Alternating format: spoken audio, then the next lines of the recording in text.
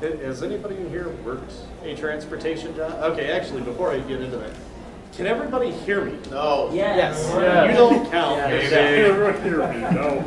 All right. So even in the back, you can hear me okay? I'm trying to project through a mask and a fursuit head. So.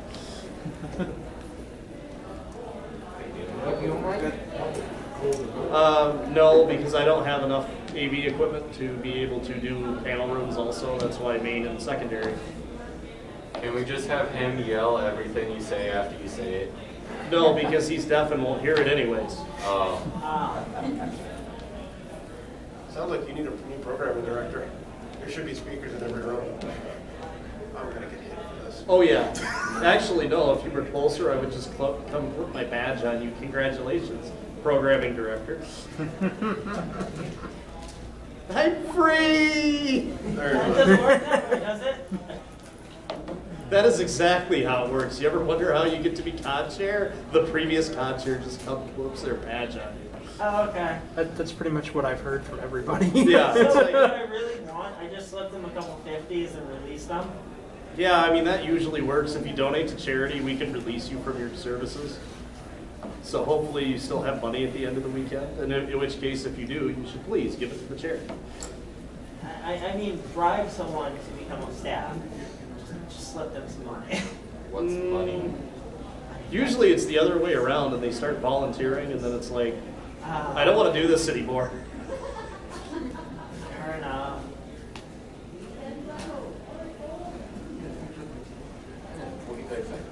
45 seconds.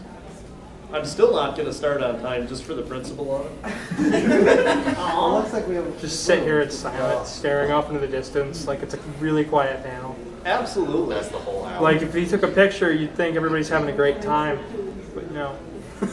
No. Yeah, time 101. I believe we've had that in the past. We had Boozy's nap time before. Oh really? Yes. Who's that then? Boozy Badger. He had a nap time panel. Uh-oh, it looks like the clock's counting. Now, I can't actually see the digits, but I can see the hands. Okay. 4, 3, 2, 7 p.m. We got Right, you're late. 15. All right, so, are you rolling, Silver? Yep. Oh, good. You've probably been sitting here this whole time rolling, haven't you? Okay, so, welcome to Transportation Horror Stories. We were supposed to have a co-host. Unfortunately, he is currently occupied. So, it's going to just be me, and most of my horror stories are railroad related. So, I am North. I'm the Director of Programming here at IFC. My full-time job is locomotive engineer. They let me run trains. It's terrifying. I can attest to that. Is that Shukin that I just watched come in? Yep. Oh no. Hi. Oh no. So, where to start? At the beginning. Somewhere in the middle. Somewhere in the middle. Well, you can start at the end and work your way to the beginning. So I guess I will start with my personal favorite story. I set a locomotive on fire. So we are, I work out of Battle Creek, Michigan. I take trains to Chicago. We stay the night. And then the next day we bring trains back to Battle Creek. So I went down, took the train down. And, you know, it was an uneventful trip, which is always a great thing. My first 30 days as a locomotive engineer, I think I had about a failure a day on some kind of like bad cables, toilets are bad, up to an engine that decided to not have any engine oil in it anymore. 2 days after that happened, because the failures were getting progressively worse. 2 days later, this engine catches fire. So I'm coming into South Bend, and I'm looking in the mirror, and it's like there's an awful lot of dust coming from the second engine. And I didn't think too much of it. And it's about dusk. It's not quite dark, but it's not really daylight either. And all right, no big deal. We stop. Dust goes away. Okay, cool, no problem. So we finally get our turn to go. We get our signal, off we go. I'm like 10 miles further east, and I look in the mirror. That dust is back. And it's thicker. All right. So I asked my conductor, I'm like, hey, just babysit this for a second. Did I take the handbrake off the second engine? Oh no. All right, so I run back there. Yep, handbrake's off. Something smells hot. That's not good. Go back up. Start stopping the train. I asked the conductor, I'm like, hey, on your side, is there a bunch of dust back there? And he goes, yeah. Okay. Most of our locomotives, they have step lights on both the front and the rear where the steps are, so that if you can get on and off in the dark and see where they're at. I asked him, I said, hey, is the step light on your side flickering? Yes. Oh no. What color is it? Because most of our engines have like bright white, blue, white LED lights in them. He goes, it's orange. Oh, we're on fire. So I call up our dispatcher, tell the dispatchers, yep, second locomotive's on fire. And the dispatcher, one of our very nicest dispatchers, gives me the best line I've ever heard out of a dispatcher. Well, that sounds terminal. So we get stopped, and I go back there, and I don't know how much any of you know about railroads, but you know our locomotives typically have 6 axles. So the rear axle on my second engine, I have a flame about yay tall coming out of the gear case. No, it was only about that tall. You weren't there. I saw the smoke cloud. So, all right, this is definitely a problem. We are definitely on fire. Go back up, call the dispatcher. Yes, we are definitely on fire. Please send the fire department. So the fire department shows up, and I mean, like I said, the flame's not big. By the time they got there, it's out. But the way this fire department, I mean, a small rural town in southwest Michigan, responded to this fire, you would have thought they were responding to like a major accident, because we had 4 fire engines, 40 firefighters, 2 ambulances, and a police car.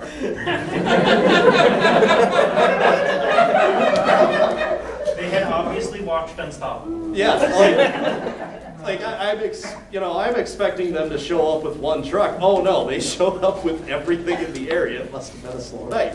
So I'm getting off the engine, and I swear to God, it looked like they choreographed it. All of the doors come open before they stop, and people just start piling up like a clown car. And this guy, I'm guessing it was whoever was in charge, comes sprinting to me, like, where's the fire? What's on fire? And I'm like, okay, hold on here. Let's calm down for a second. It's only like this big, and it's out. Okay, no problem. It's probably an oil fire. I don't know if you guys have anything special for that. He goes, all right, yep, cool. So then they're putting water on it, and they're talking to me, and he goes, well, we can't get anybody in there. There's not a lot of space around the wheels of a locomotive. It's quite tight. I can attest to that. Yes, he's actually been under a traction motor. And yeah, space is tight.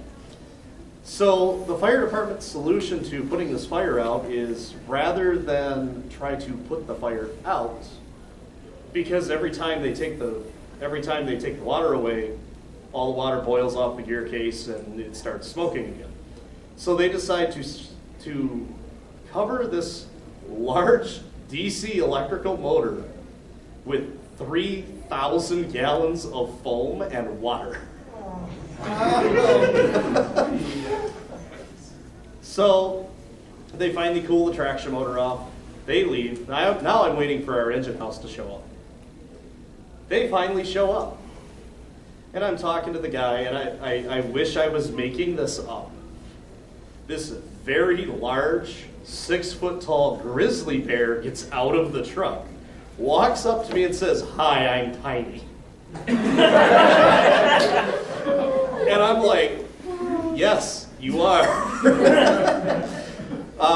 So he's asking me, he goes, "All right, what's on fire?" And there's a little bit of a rivalry between terminals in Chicago. And he goes, "Well, where did you guys get this engine?" And I said, "It came out of Markham Yard." He's from the other yard, and he's like, "Yes."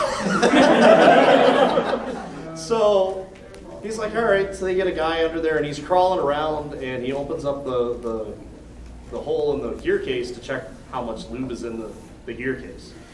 Sticks his finger in it. "Yeah, it appears to be full." And I'm like, "Well, they did put 3,000 gallons of water in it." The guy turns around and is like, "What?" "Is there anything else you neglected to tell me?" And I'm like, "Well, no, not that I'm aware of, because I told our dispatcher, apparently you didn't get the message."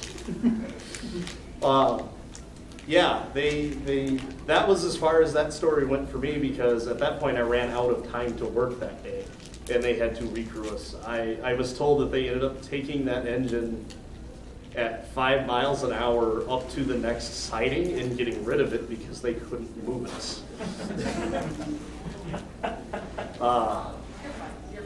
Jake, you made it. Sorry. Hey, what? No! It's more food. Oh, man.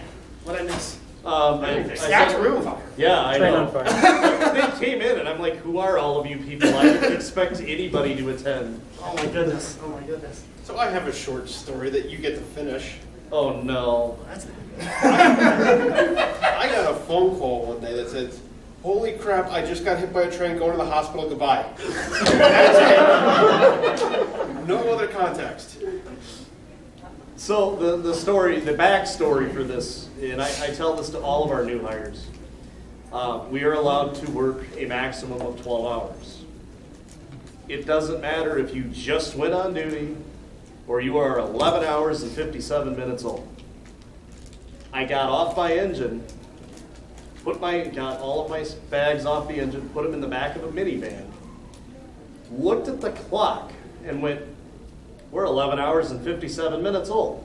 Closed the trunk to the minivan, walked around the side of the minivan, opened the door, and the next thing I know, I'm laying on the ground and an auto rack is going by me. I just got hit by a train. And I didn't realize that at first. I thought somebody tackled me. It's a big person. Yeah, you're not. So, NFL level stuff there. all of a sudden, what? Was Tiny working? No, it was not tiny. So, let that be a lesson to you, anybody that if you're near the tracks, these things are absolutely silent. I mean, I work around it every day. I am exposed to it. I know what to expect, and I still got hit.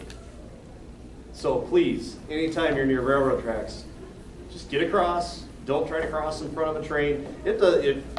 Even if it's moving away from you, if you can see it, it's too close. Yeah, that was not a fun experience. I obviously survived with no significant problems. I had a pretty good bruise on my shoulder. And then when I got home from the hospital, was in the process of undressing so I could go to bed and found a bruise about this big on my ass. I'm guessing that's probably where the car hit me. So, yeah. You missed me setting an engine on fire. I will tell you that story later when we both have time. I set some engines on fire. All right. Different context. Oh, You guys have a still different entertaining. definition of the word engine.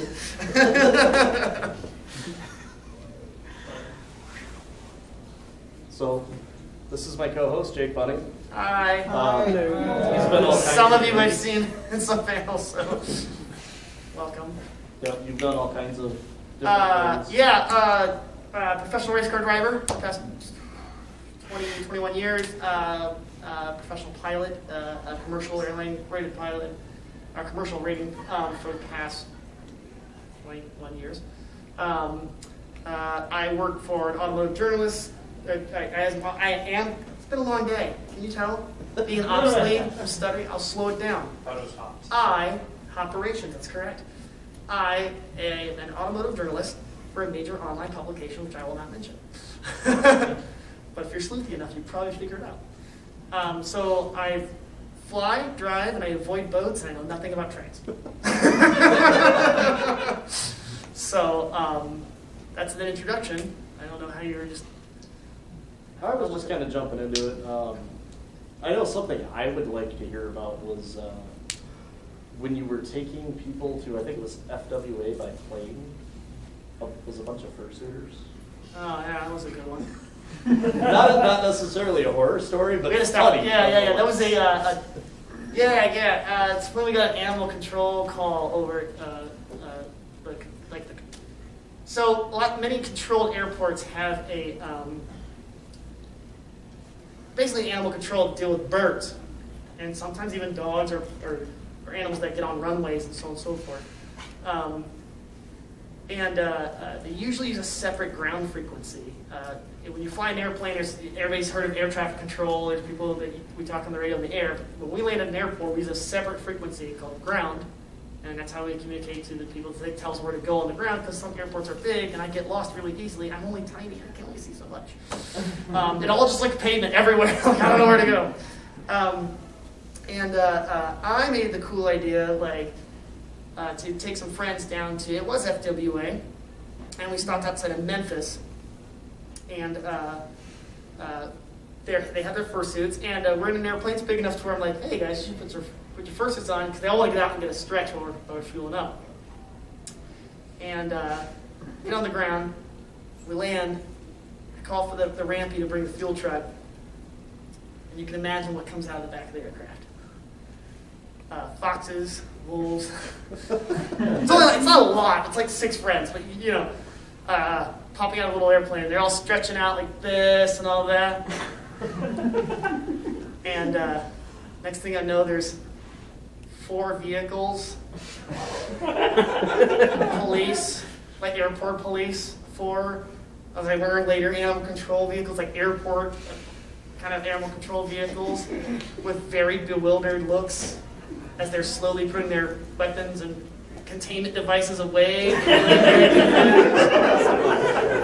And what the best part is here I am, in like, you don't have to wear a uniform or anything, but I was wearing a shirt that has the stripes, but I'm also in shorts, and I'm like, hey guys, how's it going? And I'm like, oh, hey, whoa, this is escalating pretty quick, what's going on?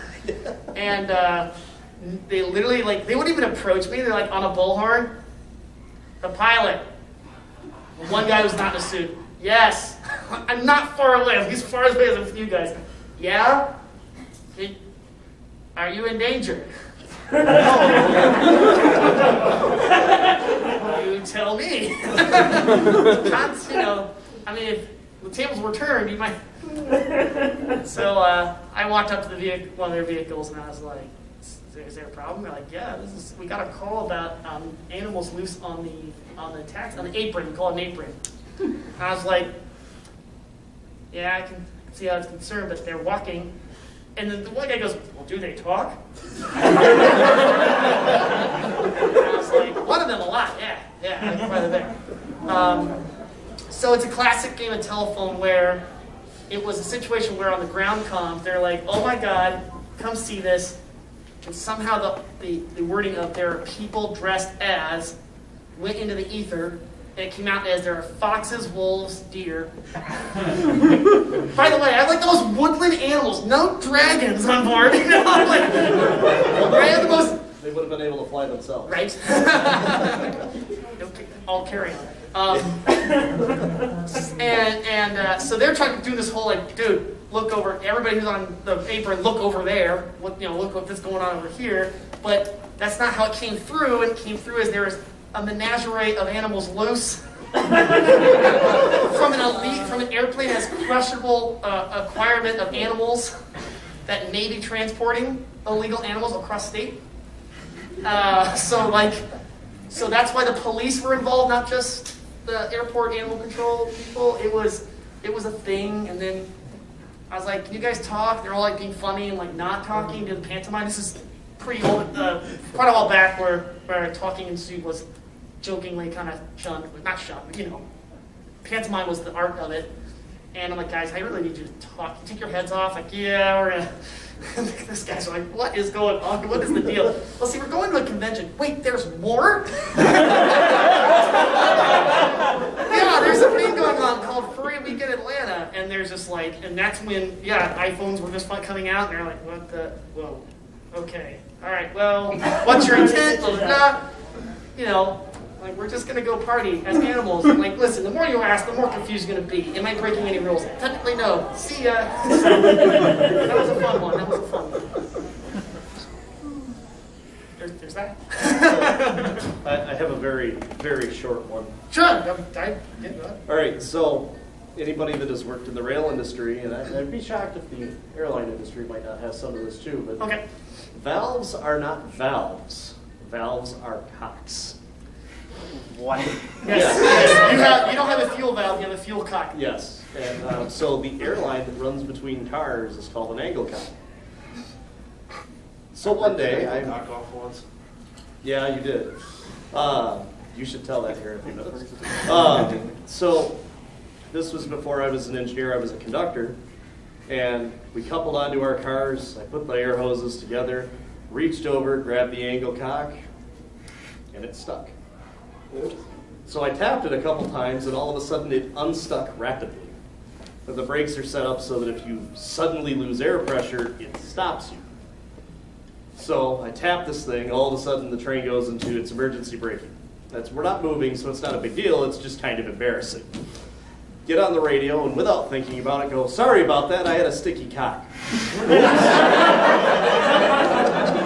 Didn't even think about it. Of course, railroaders are some of the, it's like being in junior high. Yeah. Yeah. Snickers, laughter. Oh, God, I was mortified. Of course, I did this right on our yard channel, so anybody listening to that, including my boss, got to hear that. I never heard that one. Yeah. That story. Yeah. That was a good one.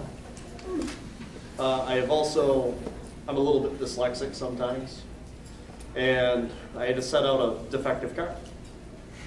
So I pulled the train up to the defective car, look at the number, and it was like GTW 865467. I think that's the right car. What's the next car? GTW 865467. Uh-oh. This was an unexpected turn. Hey, Brooks, what car am I supposed to get rid of? So write everything down. Yes. Yes. Actually, I know that pain quite well because I'm numerically dyslexic. I can't, mentally, so I can't actually, if you ever do math in your head, I can't visualize numbers. So I have to write numbers down. So when somebody's on the radio, like, let me up, like, slow down! Slow down! What are you doing? Writing this down? Maybe? So why don't you tell your ripping the cock off story? It's very short, but it's just the terminology makes it The fun. story? Yes. Okay. The story, not the cock. The cock is pretty short. I asked myself, open the door for that one. One of my first nights as a conductor, sure enough, I tied onto our engines and we moved some cars and I had to split the engines apart, and they're designed to the air hoses come apart automatically when you pull them apart. And not these. They decided they wanted to stay with the cars, and instead of splitting, ripped the entire valve assembly off the front of the locomotive, including the bracket. I got to fix it the next day. There's like a piece of paper there, kind of like maintenance report. You say like No, my that's doctor. just, you broke it, you come fix it. Okay. That's how short lines work. You have any fun anecdotes? There's the story of driving an '80s Ferrari to a certain hotel. I have no idea what you're talking about. I'm pretty sure I was not present for that time. Let me think about this. Right. What year was that? 2017? 2018? 2016? 2016. That sounds about right. Yeah, I think it was here for IFC 2016. Well, staff. Come on. You've been to every IFC. Who remembers Ferrari Con? Only since 2015. Wow, we got a lot of people. All the cars out here. Yeah. So Had real cars out here. a certain individual brought 2 Ferraris. What? Saw that head turn quick. Yes, it was me. The convention. Well, fine. So I get this message in December, like, hey, our convention is going to be race themed, and we heard that you're, a race car driver who's a furry, and I was like, how's the secret act, And they're like, hey, can you set us up with some cars? It's like, yeah, you need to let me know by March, what you want exactly, and so on and so forth. The convention setup's kind of hard. Never heard anything. It's like a week and a half before the con. They're like, hey, about those cars. And I was like, never heard anything. What am I supposed to do? And they're like, if you got something, we got it. So I acquired a friend's near $500,000 Ferrari 512 TR, which is bright yellow, and we're gonna have it in a trailer. And I'm driving a Ferrari 308. It's from the show. It's the same one's in Magnum PI, which looks super cool, but it's an 80s Ferrari. The irony is I have to drive from north of Fort Wayne to Indianapolis, about a 3-hour drive, in a car that doesn't really like to go more than 60 miles an hour. Has no air conditioning, no radio, rattles more than most snakes in the desert. And then on top of that, even though I can barely make highway speeds because of reliability issues, because the thing's all over the place. No power steering. Then every car that passes you has to take a picture. So I'm dealing with SUVs right next to me trying to get a picture of this very short, nerdy-looking white kid trying to drive a 80s Ferrari, flooring it to keep it at 70, with a truck behind me that's undersized, with a trailer carrying a $500,000 car that's designed to carry 6 cars, and a truck that's is not designed to handle that much weight in that long of a trailer. So if I brake, this truck's hitting me. And I have these people on front of me. All this is going on while I get a phone call. Like, yeah, you still bringing those cars? And I'm like, yep, on the road. This is Thursday afternoon. Like, yeah, we might not be able to have them here. I'm like, inconvenient. It's not a good time. What's going on? They're like, we have a little problem with insurance. I was like, what's the problem? They're like, well, we found out that they wanted to, they had some questions with insurance, and we found out we couldn't really afford it last minute. They had some questions about us, why we're racing Ferraris in our hotel. It's like, did you say the R word? Like, yeah, we had to correct them, and that's happening right now. And I'm like, so do you have a place to put these cars if we can't have them in the hotel? They're like, no. I'm like, I don't have any arrangements that I can stash these very expensive cars here. And I'm like, you need to figure something out, because I'm still on my way to Indianapolis. So, we're continuing on. This is not a pleasant drive, trust me. That's a whole other story. I'm getting closer and closer. Get a call. Anything? Solution resolved? No. Click. Getting closer and closer. I'm like, so what's the deal on that? They're like, we don't know. We think we got something, but we don't know. I'm like, I'm in Indianapolis right now. I'm on the loop. Like, what is the deal? Sure enough, I come up behind the hotel, and here comes Alkali. If you guys know who Alkali is, they got, we got it! Literally the paper. He goes, you just need to sign the paper right now. I'm literally pulling up to the back. And that was just kind of a really weird, interesting situation. Bringing 2 Ferraris to this convention and then having them in the atrium for you guys to attempt to enjoy. That was kind of funny when they said, yeah, we're not really quite sure what you guys are doing with these cars. You're racing them, right? No. Oh, that's completely different. Okay, let me draft up a new one for you. So that was an interesting experience. All right, so I'm gonna. Have you heard the story of when I hit the building? No. Please tell me. All right. Us. So I hit a building with the train. I'm getting to that. I'm getting to that. It's on tracks. Yes. It was. Story. Was it still on the tracks? We'll find out. Let's find out. Technically? Oh! Technically, I mean, it was on the tracks, and then it wasn't on the tracks. So, working one of our customers in Kalamazoo, there is this incredibly steep For the railroad, a steep grade is anything over like 1%, so that's 1 foot in 100 feet. Yes. Yeah. This particular location is 3 1/4. So it's like you stand at the top of the hill and it's like looking off a cliff. So we had realized that we could save ourselves about a half hour if we pulled the customers in because we could only get to customers in one direction before we would have to go back to the yard. But if we pulled down to the bottom of the hill, there was 2 tracks. Well, the engine's on the wrong end. Okay, hey, we can save some time. So we pull down to the bottom of the hill, put our parking brakes on the cars, hand brakes, cut our engine away, put it in one track, wind the switch, and release the brakes. Now, we'd been doing this move for a while, and it hadn't been an issue. However, this particular night, we had sleet. Oh.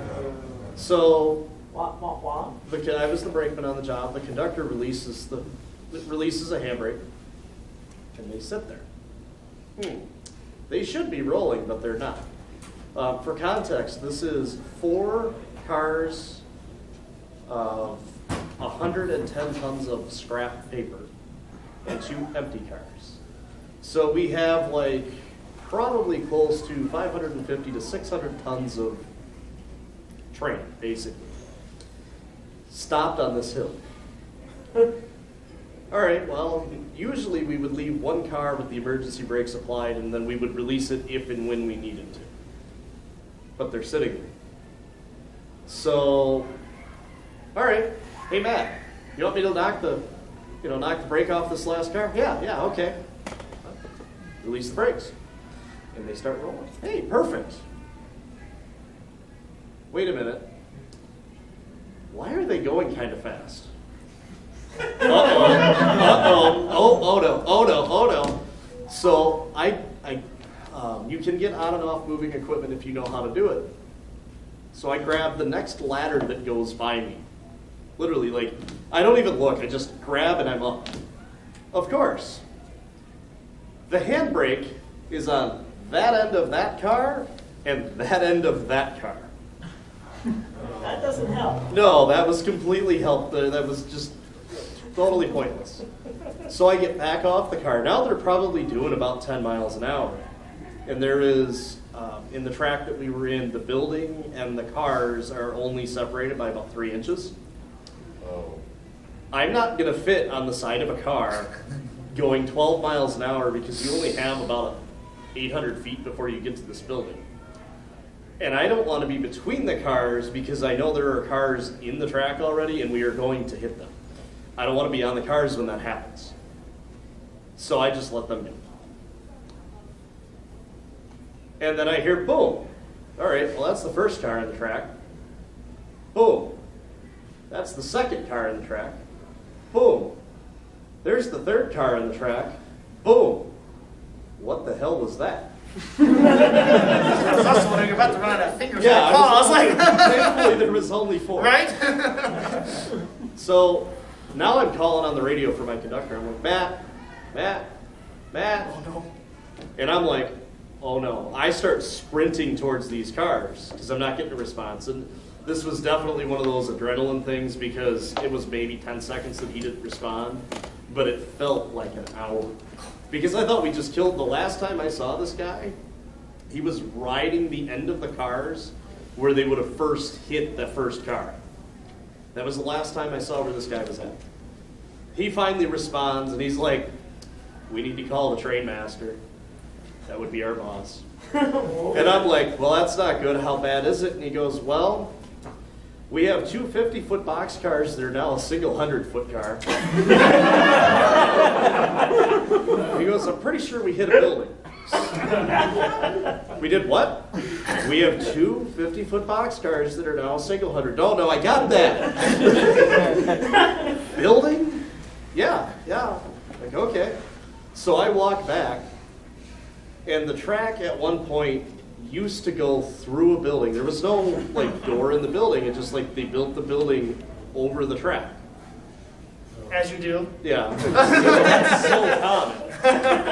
Well, they stopped using the track that far back, and they thought, all right, fine. Instead of spending the money and putting a proper car stop at the end of the track, they just piled a bunch of dirt. So, yeah, that's exactly what happened. So the cars rolled in. They hit the first car, pushed it back into the second car, and instead of coupling like they were supposed to, they actually bypassed and slid over and rammed themselves into each other. I don't even know how they separated these things. Because there's a platform on the end of the car typically, and then the handbrake wheel sticks out about that far. And like there's stuff on the end of the car that sticks out probably a good 18 inches. None of that was there. Like these cars look like they're supposed to be 100-foot car. So I get back to the second car, and that looks fairly normal, except the rail's laying on its side. Well, that's not good. And this is where it goes, what was on the track till it wasn't. The last car is an extra tall box car. So a standard box car is like 14 foot tall. These things are like 16 foot and they're square instead of having a peaked roof. This last car on the track hits this dirt pile. The wheels stop on the track at the dirt pile. This thing rides up in the dirt pile, gains 6 extra inches of height, slides through the dirt pile, and hits an I-beam across the doorway.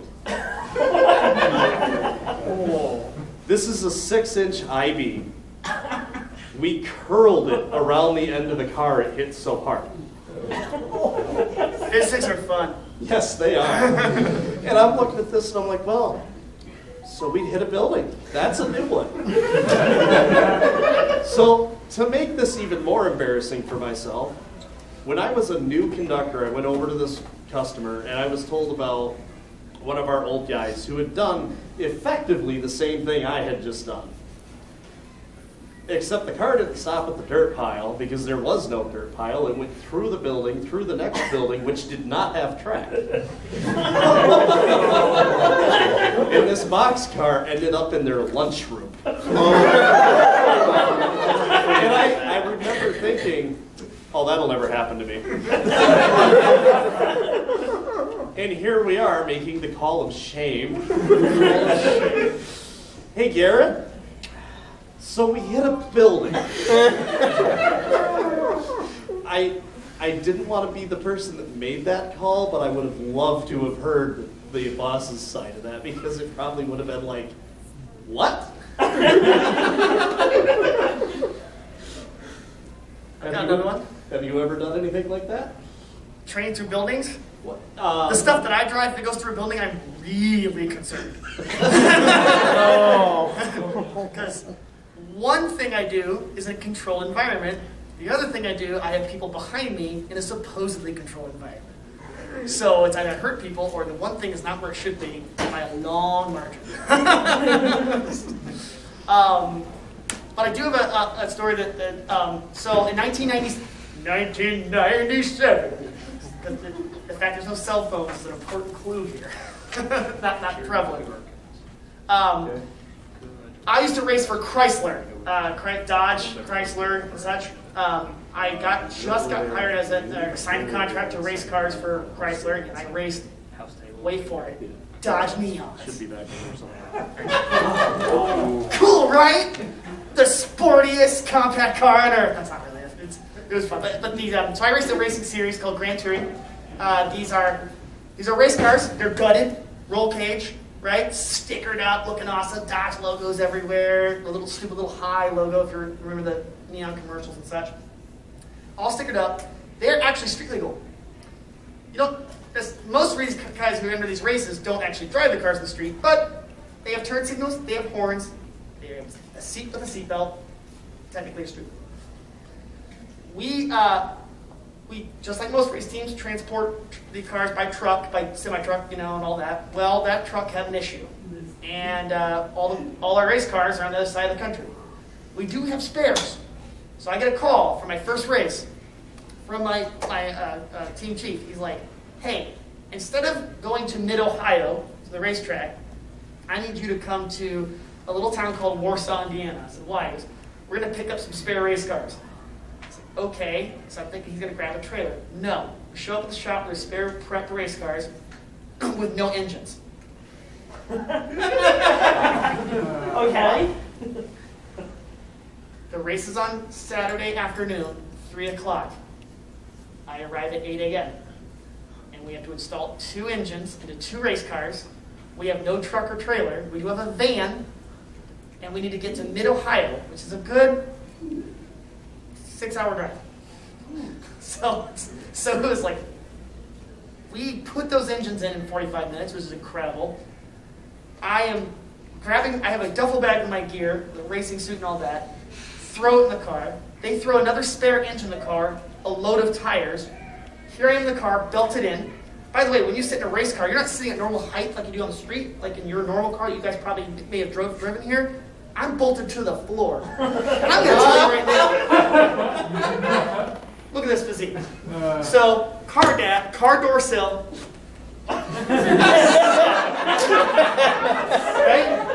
So you get the picture, right? 2 race cars on the street, totally inconspicuous, right? Dodge van, full of race tires and engines. Crazy guy behind the wheel he's our crew chief. He's mad. He's like, go, go, go, go, go. Speeding from Fort Wayne all the way, or Warsaw all the way across through Ohio, the most restrictive state trooper area in the entire United States. If you ever read about the races across the United States, in the records, Ohio's the worst. Get into Ohio, we're about an hour and a half away from the track, blow a tire. Currently on the race car, we have street tires.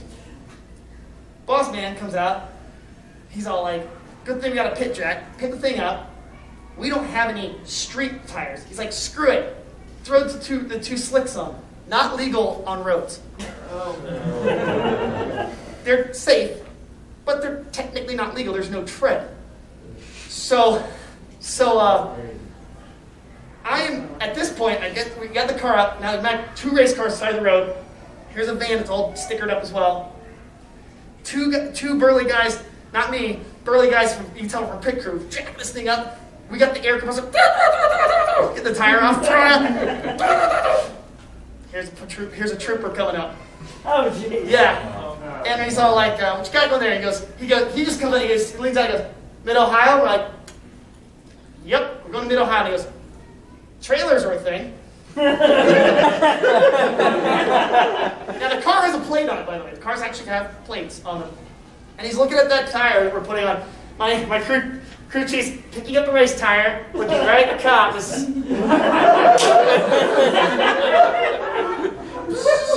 The slowest. She's like, cop's like, it's a very interesting spare. The crew's just like, space savers aren't really our thing. He's like, let me guess, you're gonna drive that to a tire shop to get that bald tire fixed. The crew chief's like, Yes. yes. We're running super late. So, cop's like, whatever, do what you need to do. I'm gonna come back through in like an hour or whatever. Like, yeah, no problem. He bounces off. Boss goes, he goes, well, we have the 2 on. Let's get the other 2 on. So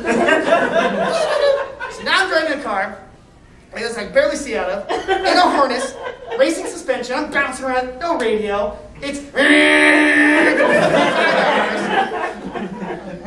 with an engine beside me, rattling around. We get to the track. The race that's going on, already had qualified. Already done. Like, we misqualified. The cars are on the track. They're starting to do their parade lap. They're about to drop the flag. We come flying in. We're already registered. Tanks are empty. Hop out of the car. I am throwing my clothes off down to my skivvies, throwing my race suit on and helmet. I get up, realize the car's out of fuel. A lot of racetracks at the time used to have pumps like you see at gas stations. Going up to the pump, fiddling a credit card in a race suit, which doesn't have pockets, so you're Oh wait, I'm not wearing pants. Shit. So, you're digging into their pants. I get the fuel pump, get the thing, do the thing, pull out the gas pump thing, right? Turn around, no car. It's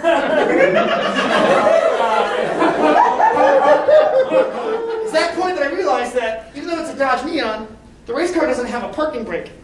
Now, if you get bored on the internet, the Dodge Neon that had our color was called nitrous yellow, neon green. See this snot rocket lime green car slowly rolling down the hill, right to a parking bollard. Bam! Taking out the left rear taillight and caving in the trunk about 6 inches.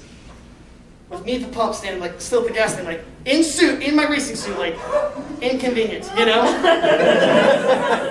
Race officials are the parade lap is on its second lap around. They're halfway around the track. Middle has a big track. And the officials are like, so you guys are not going to race, right? Fudge off. Hell yeah, we are. So, rules say if you break the light, you still go in there. He's got to cover it with tape. I immediately am yelling for duct tape. Crew chief opens his van, throws me duct tape, run in my race suit down to the car. Car's there. I get it running back up, take my shoe off, use the shoe as a chalk to hold the car. Car's still running. Fill the gas tank. While the tank's filling, I am duct taping the rear trunk lid. I am putting the tape on. And get in the car. Remember to get back out of the car to remove the fuel pump. Yes. That would have been unfortunate. Correct. Remember, this car's bashed in on the side now, on the back. Because it has one of the parking boards, a perfect imprint, right? In the car, starting up. I'm flying down the pit lane. The cars are coming up. The checker flags being waved down. The cars are zipping across the start line. I pop out of the pits, right in the position that I'm supposed to be, as I see my fuel cap that I had set on the front windshield fly right past me. And I finished 12th out of 22 cars. But that was they were like, you still I mean, we were going through security. The people were like, what? Don't you have a truck and trailer? Here's our registration paper. Bye. So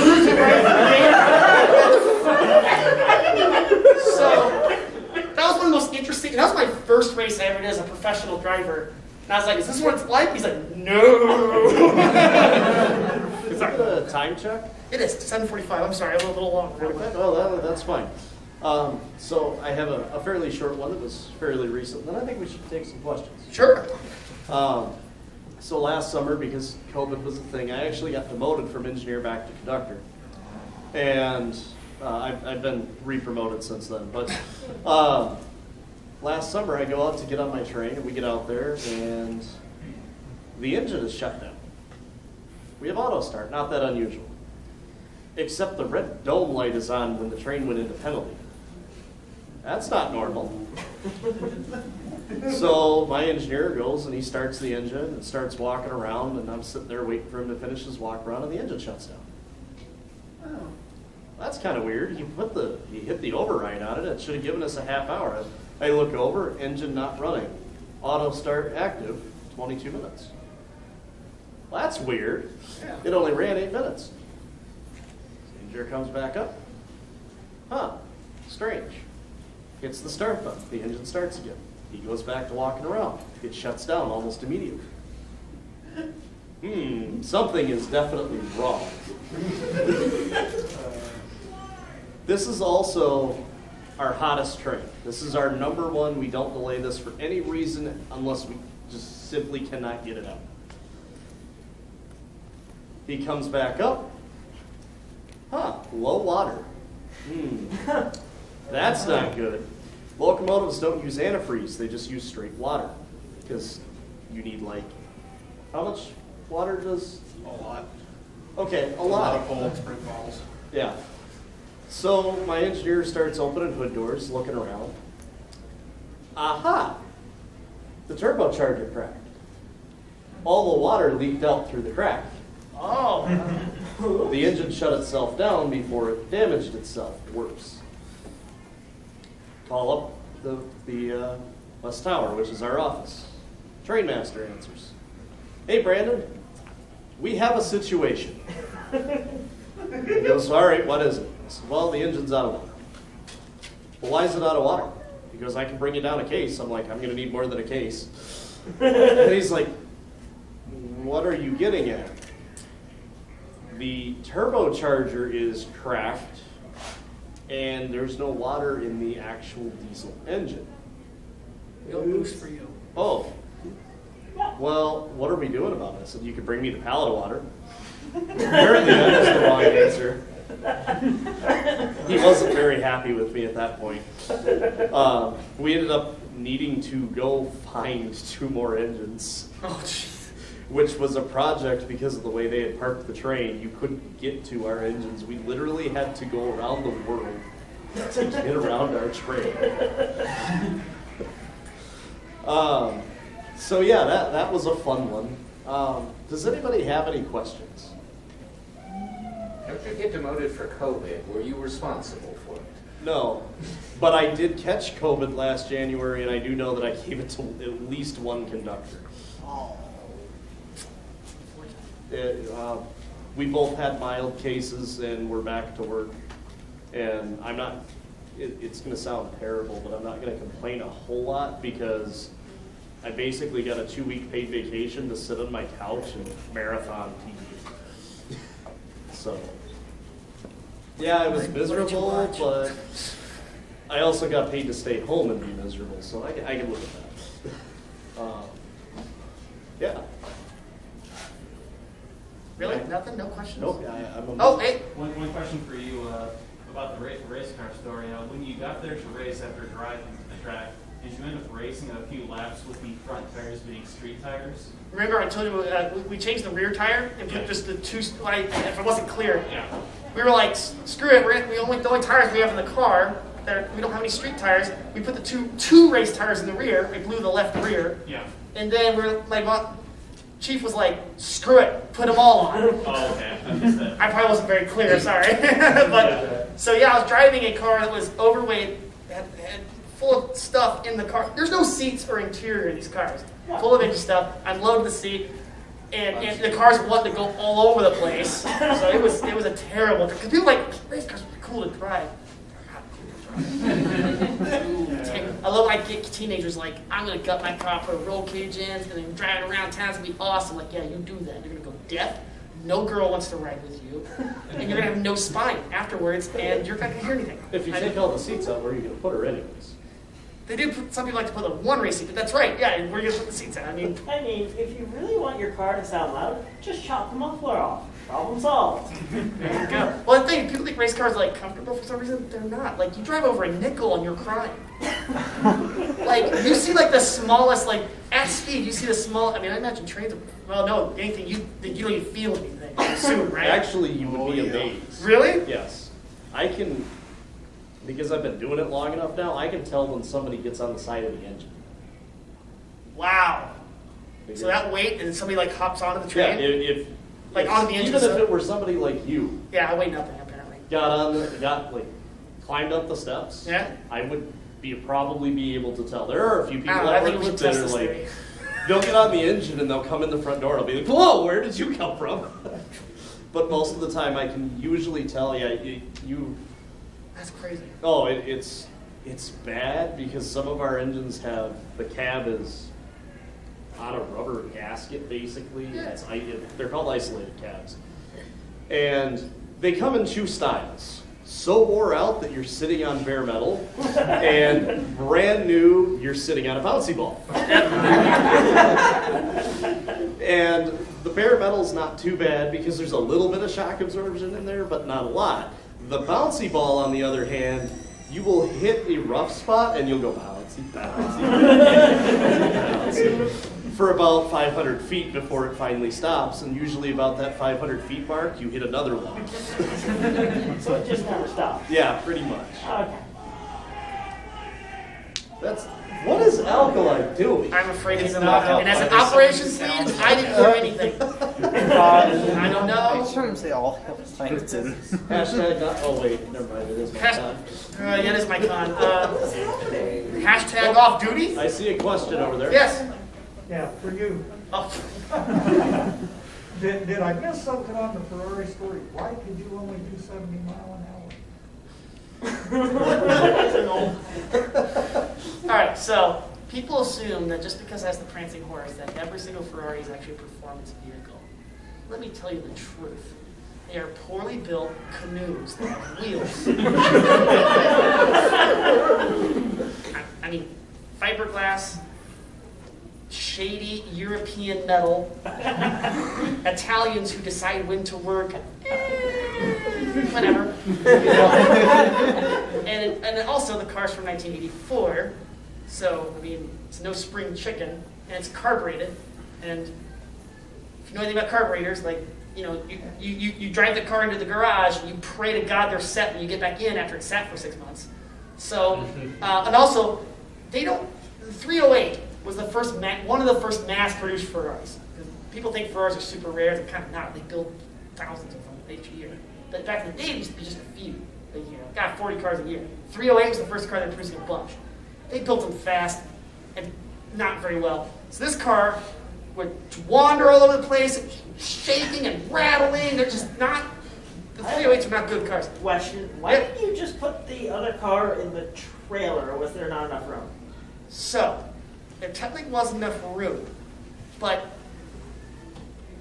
the weight was already, we overweighted the truck pulling the trailer with the 308, or the 512. The 512 weighs 4,800 pounds. Got it. And we didn't have our normal dually. Oh. And I don't even know what truck we were just like, we'll just use this. And it's a 3-car carrier, and it was like an S10. You know, it's like, this will work. I didn't know my dad worked with that. Right? Just so there's. Okay, so you didn't have a proper toy hauler for the. Right. Okay, that makes more sense. Yeah. And it's funny because people are like, oh, 308s, they're really cool. No, garbage. They're terrible cars. I mean, they look cool, and they have an awesome sound, and they're kind of fun to drive, like gated shift and all that. But they're not fast. So every time I drive somewhere with it, you get to stop at a light, everybody's like, you gotta race me. I'm like, bro, you're in a Hyundai Sonata, you're gonna smoke me. I just wondered, because I had a Geo that had a 3-cylinder engine. Yep, I had. As long as I turned the air conditioner on, Yep. I could get it up to 80. Yeah. Okay, let me rephrase this. It could go to 80. Did you like driving at 80 was a whole different thing.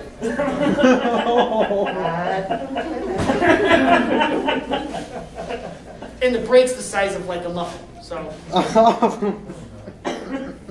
Sounds like the turbo in my Chevy Cruze. Yeah, right? It took me a little while to find it. There's a gray cookie-looking object. Oh, there it is. Yeah. Yeah, I know, right? Any more? We still have 5 more minutes. Well, since you didn't have any stories about boats, would you like a quick one about boats? Yeah, I don't like boats. I actually do have one about boats, but go ahead. So, ever since I was born, my dad's taken me down with friends to go to the Indiana Governor's Cup hydroplane race. It's on the Ohio River. The Ohio River is a major barge thoroughfare. And gross. And what happens when you get a bunch of racing fans drinking all day? They decide to do things that are maybe not the brightest idea. So there were plenty of people who would get golf balls and golf clubs because the river bank there was about 100 feet higher than the river. And they would see who could put golf balls onto the coal barges. Until somebody sliced or hooked and it went right through the windshield. Oh. Which would have been bad enough, but they were so distracted by that, they didn't steer around the bridge pylon. Oh. That's lethal. And actually, they got it stopped enough that it was a very small impact. They just had to do some concrete refacing. But a few minutes later, I know, right? The state police show up on their golf cart and find some guys holding golf clubs and ask, know anything about this? And one of the smartasses put the club behind his back and went, "No, officer, I haven't seen anything." It didn't end well. Can I add a short boat story? Yes. I actually grew up on a lake, and I actually drove a boat to my middle school, because middle school is on the other side of the lake we lived on. And I drive in Indiana, at the time you'd have to be 13 and get a boating license, and so on and so forth. But I was in Walwest Sea, it's a very large lake in the northern end of the state. And our boat broke down. and it's a Wednesday afternoon. There's no one on the lake. And we're in the middle of the thing. I'm with my dad. We're both sitting there in the middle of the boat. Oh, Kind of just floating out there, and there's no one around. All of a sudden, if you know anything about small lakes around Indiana, the sheriff departments will get boats. There's usually bass boats. They're hilarious. It's just a bass boat with the sticker that says sheriff. And here it is. We see it 4 miles away. Right? So like, cool, we're going to get some help. It's coming up. Oh, 20 minutes later, this guy comes up. Now the boat slows down. And there's this, now I'm going to say young. The kid's like in his 20s. I was a young kid. But for a sheriff deputy who's very, very young, gets up, he's super eager. He's like, now we're as far away as I am from the door. This was the sheriff. Guy comes out, he gets up to it's a fishing boat. He has to get up to the bow, all the way up, pull out a bullhorn. Pull over! My dad's like, where? And the boat, the guy who's driving the boat, larger, heavier set deputy, just going,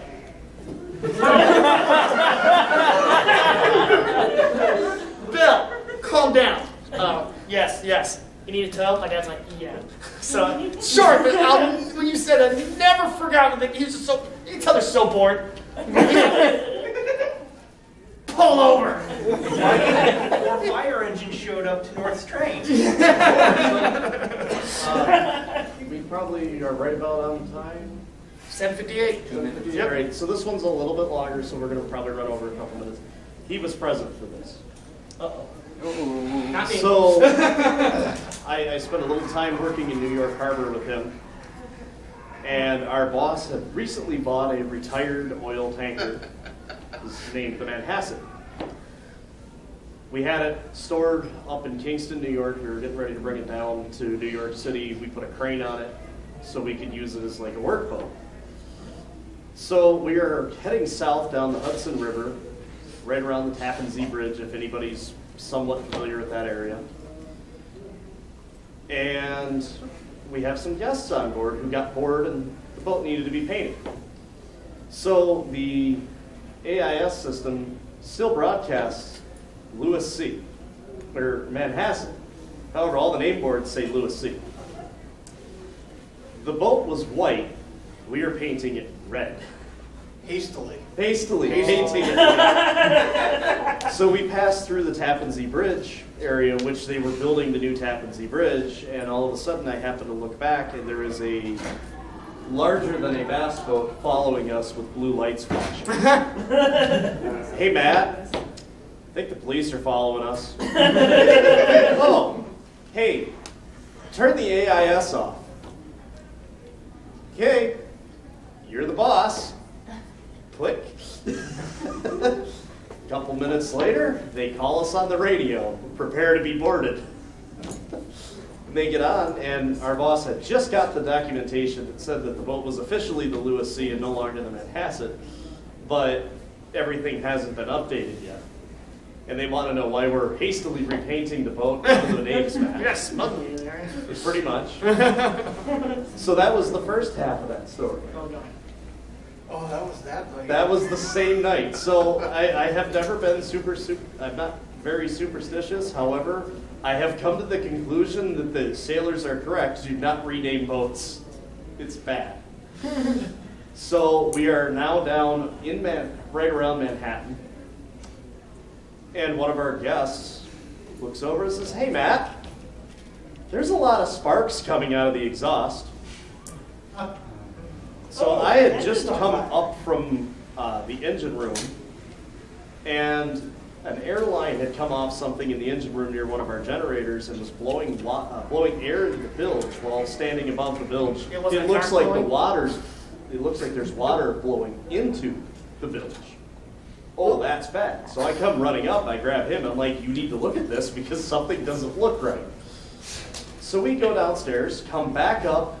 That's when I hear Carlina go, "Hey, Matt, there's a lot of sparks coming out of the stack," followed by whoosh. And I can't see it, but I can see the reflection in the windows, and it looks like there's a 6-inch wide blowtorch on top of the boat. So now we are potentially sinking and on fire. We got the fire dealt, well, yeah. We run downstairs, determined that we're not sinking. I come back up into the upper engine room to see one of our guests standing in the upper engine room with the fire extinguisher hitting the muffler because the oil-soaked jacket is on fire.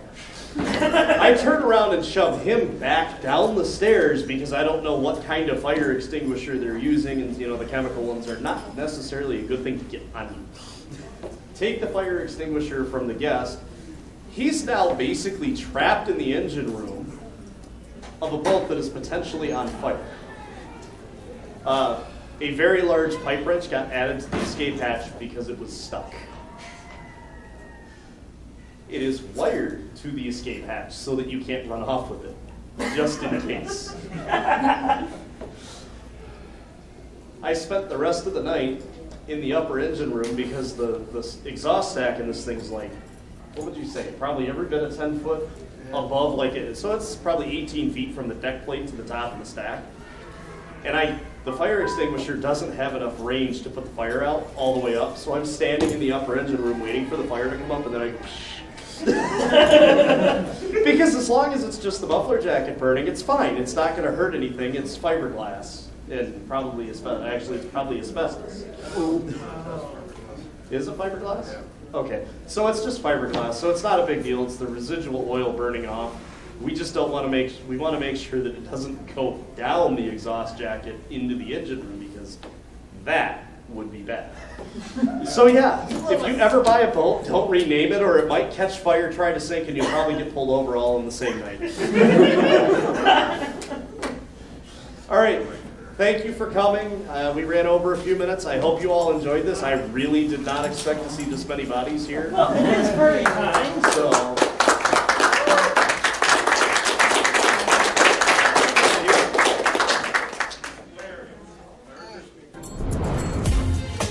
Silver Gato Man, he bought me a coffee. Silver Gato Man, here is the song for thee.